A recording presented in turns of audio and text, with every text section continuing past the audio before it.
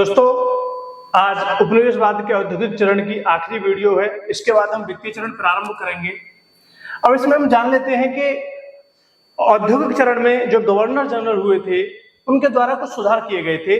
उनमें प्रमुख थे, एक लॉर्ड बेंटिंक थे और एक थे लॉर्ड डलहौजी। ये यूपीएससी में प्रश्न भी बनता है कि लॉर्ड डलहौजी और लॉर्ड बेंटिंक के सुधारों की तुलना कीजिए, किसके सुधार ज्यादा प्रभावी थे, किसके सुधारों को कंपनी को फायदा हुआ, किसके सुधारों से भारतीय उपनिवेश को फायदा हुआ। दोस्तों, लॉर्ड बेंटिंक एक ऐसे गवर्नर भारत में हुए कि आप अगर उनके बारे में जान लोगे तो आप उनके चरणों को छूने के लिए दौड़ोगे। आप सोचोगे कि ऐसा देवता इंसान कैसे हो सकता है, और वो भी अंग्रेजों जैसे बर्बर समाज में, अंग्रेजों जैसे दुष्ट जो है उसमें उससे जो है बिलोंग करके कंपनी से कैसे हो सकता है। ऐसा नहीं है कि आपको रूढ़ हो जाना। यूपीएससी की डिमांड रूढ़ होना नहीं है। यूपीएससी चाहती है कि एक जागृत इंसान हो जो सामने वाले की अच्छाइयों को भी देखे और बुराइयों को भी देखे।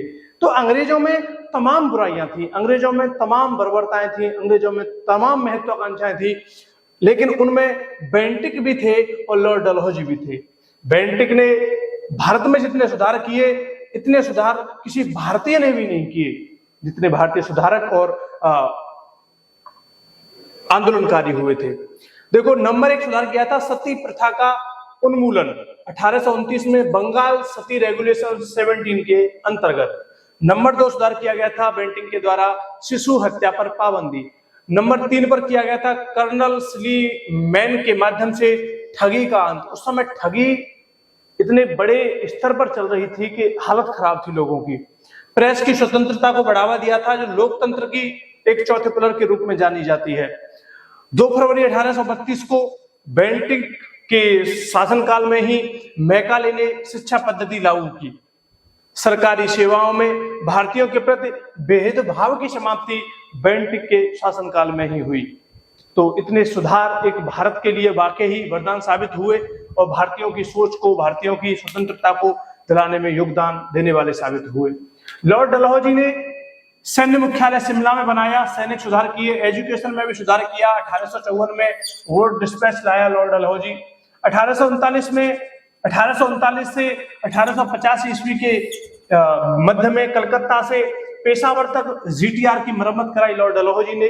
टेलीग्राफ के लिए प्रथम विभाग का निर्माण कराया डलहौजी ने। 1854 में पोस्ट ऑफिस एक्ट पारित किया डलहौजी ने। सर्वप्रथम सार्वजनिक निर्माण विभाग को सैनिक विभाग से अलग किया डलहौजी ने। ये सब सुधार इन दोनों गवर्नर जनरलों के अंतर्गत हम देखते कहां, ये ध्यान रखना है, ये सुधार उपनिवेशवाद के औद्योगिक चरण के गवर्नर जनरलों के अंतर्गत है। इससे आगे भी बहुत कुछ पढ़ना है, बहुत कुछ समझना है। तो उम्मीद है आपके काम आएगी वीडियो। ज्यादा से ज्यादा अपने दोस्तों को शेयर करें और दोस्तों चैनल को सब्सक्राइब करें।